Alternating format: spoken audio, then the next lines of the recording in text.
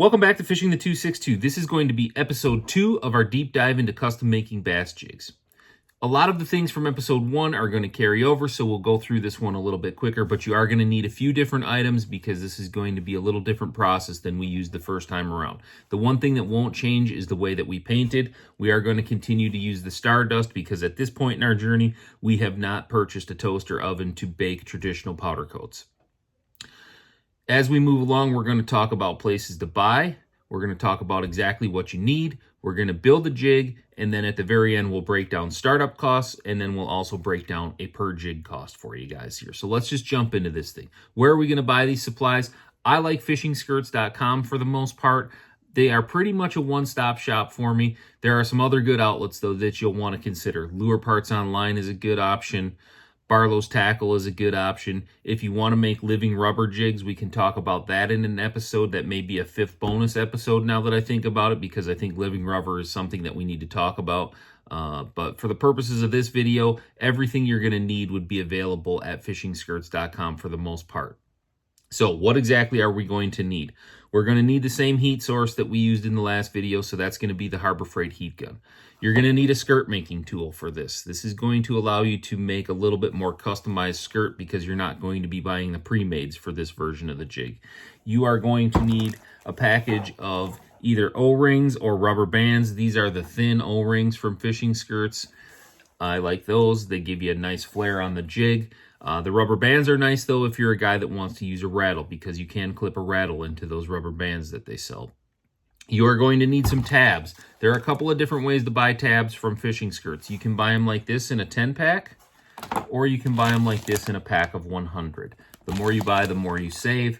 But in the beginning, I would encourage you to buy some 10-packs until you settle in on some color patterns that you're really going to be fond of, that you're going to build a bunch of, and then you can buy the 100 packs.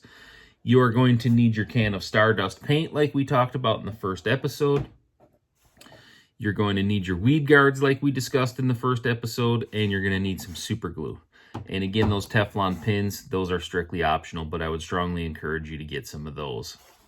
I think we've covered all the supplies. The tool, the O-rings, the tabs, the paint, the heat gun. Oh, jig heads, obviously. You can buy jig heads. I got these on fishingskirts.com under the Shop Boss tab. Barlow also has some options for you as well. Barlow even has some pre-painted ones on clearance right now, so not a terrible option that way, but your paint colors will be limited to black, brown, and green pumpkin, I believe, if you buy the pre-painted from Barlow's, but it is an option for you if you want to go that direction. So let's get into making this jig really quick. I pre-painted one. We don't need to see that process again. It's the same 7/16 ounce destroyer head.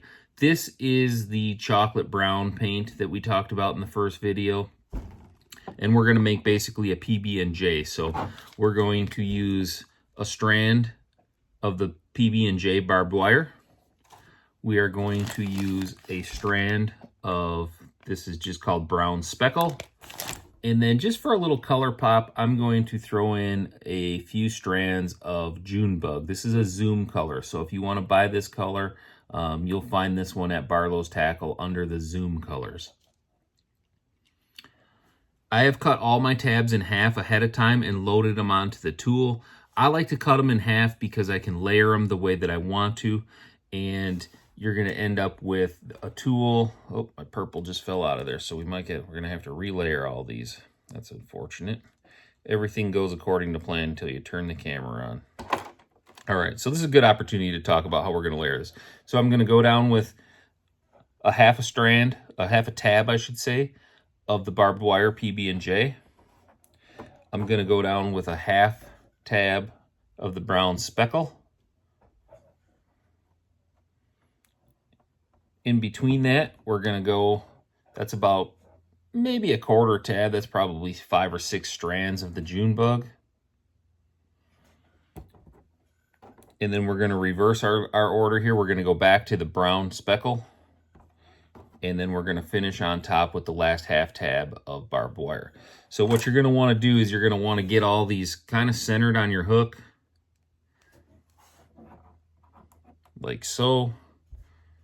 Take you through the whole process here. I was hoping to save you guys a little bit of time by having this preloaded, and then my best laid plans kind of went out the window when that June bug fell off the hook.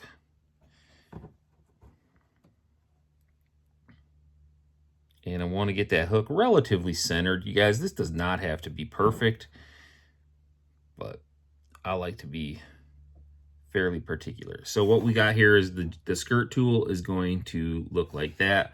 And we're just going to draw that hook up into the tube until we're about halfway.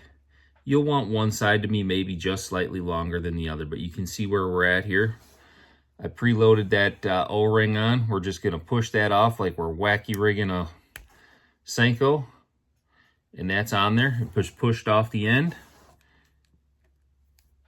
And we'll draw that back out and unhook it. And this is our skirt, you guys. It is ready to go. It's going to look just like this coming out of there. Now this end is slightly shorter. We're going to fixate that to the bottom. Those will be the strands that end up around the hook. As far as the other tabs go, we're going to try to fold those over and we're going to find our middle point. And we know where our middle point is real easy in there because we've got our June bug there to kind of show us the middle. Now I'm going to orientate that June bug so that it's on the same side as the weed guard. The reason I'm going to do that is because when this jig lays on the bottom, I want that purple to flare and pop a little bit more. So we're going to try to just thread that hook right through the center. And we have to get up over the bait keeper, same as last time, and then over that collar. That's over the bait keeper. That's the easy part. Here comes the tougher part. It is a tight fit. But you want a tight fit. That's going to do two things. That's going to give your jig some decent flare. My goodness, that's tough to get over the top of that. There we go. We are over the collar, but that tight fit, like I mentioned, that's going to give you some decent flare, and it's also going to help hold that skirt in place if you're a dock skipper.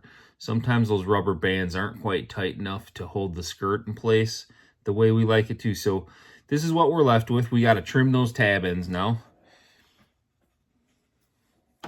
This is just the scissors I stole from upstairs. Don't tell my wife. She won't watch the video, so I know I won't get caught there. Trim those tab ends off.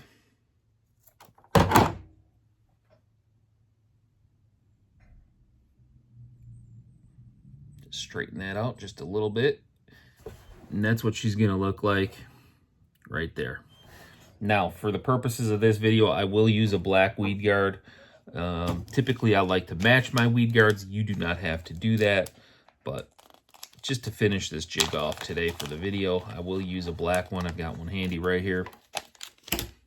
Got my Loctite gel control. Always go with the gel control, you guys. That's important. The liquid super glue will wick up the fibers and it'll turn white and look ugly. Won't really affect the way the jig fishes, but we're just going to drop a little dab into that hole like so. It doesn't take a whole lot, you guys. Weed guard in, and once that glue dries, that jig is 100% done. Get a nice little peanut butter and jelly there. Nice natural brown looking jig. That's going to be a fish catcher anywhere you go in the country. So that's it. That's a really easy way. This will give you a few more options in terms of color customization where you're not going to be limited to the colors of the pre-made skirts that we used in episode 1. But now that we've seen the actual process and how easy it is, let's talk about the tools. So this skirt making tool is $4. You're going to need one of those. The O-rings is $5 for a 50 pack. Tabs, if you buy them in the 10 packs, they're about $2.50 on average. Some of the color patterns will be a little bit more. They might be $3, but on average, you're going to pay $2.50 for a 10 pack. So relatively inexpensive. Pick out some colors that you like, that you think are going to go well together, and just start experimenting with those. Like I said, you can buy the 100 packs. That's going to net your average down.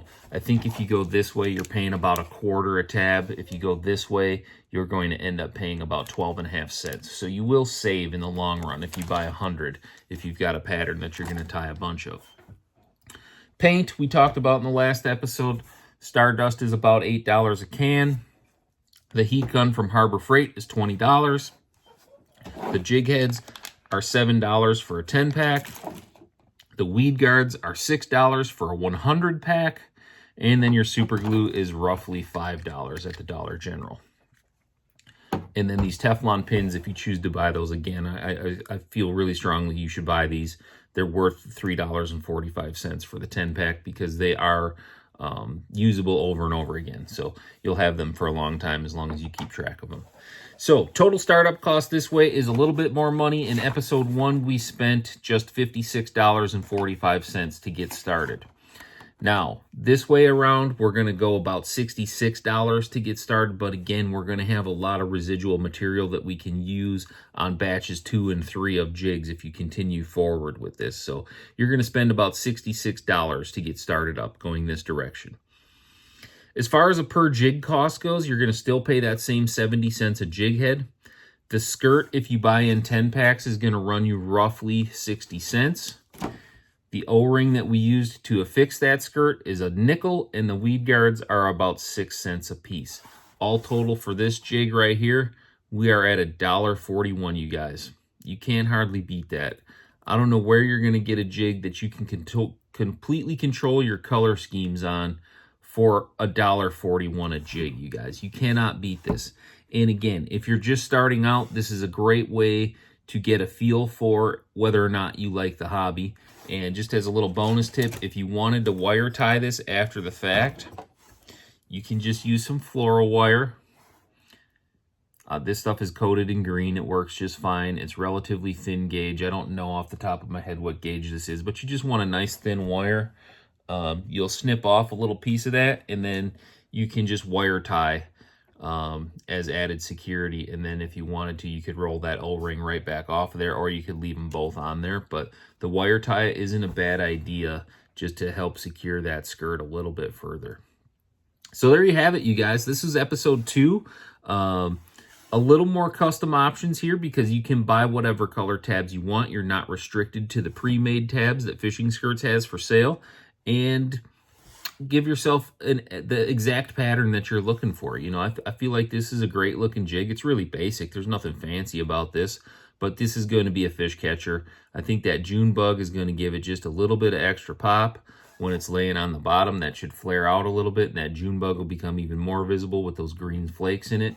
And it's just going to be a fish catcher. This will be good in clear water, even in some relatively dirty water. This is going to be a great little jig. So I hope you guys found this episode to be helpful. This is probably the way that I would go if I was just starting out. I might skip what we talked about in episode 1 personally, just because I like the ability to create my own colorways. But that's up to you guys. You know, this is your journey through the hobby, and I'm just here to help guide you through it. And in the next one, we're going to add a few more pieces to the puzzle, and we're going to continue on until we get to our 4th and final episode. And then, like I said, we might throw a 5th bonus episode in there and talk about using living rubber a little bit as well, too, because that's a little bit different than using silicone skirts. Again, $66 to get started. $1.41 a jig is your cost at the end of the day. So really good way to go, you guys. Again, I appreciate everybody for tuning in. We're going to get out of here. We'll catch you guys on the next episode. Tight lines.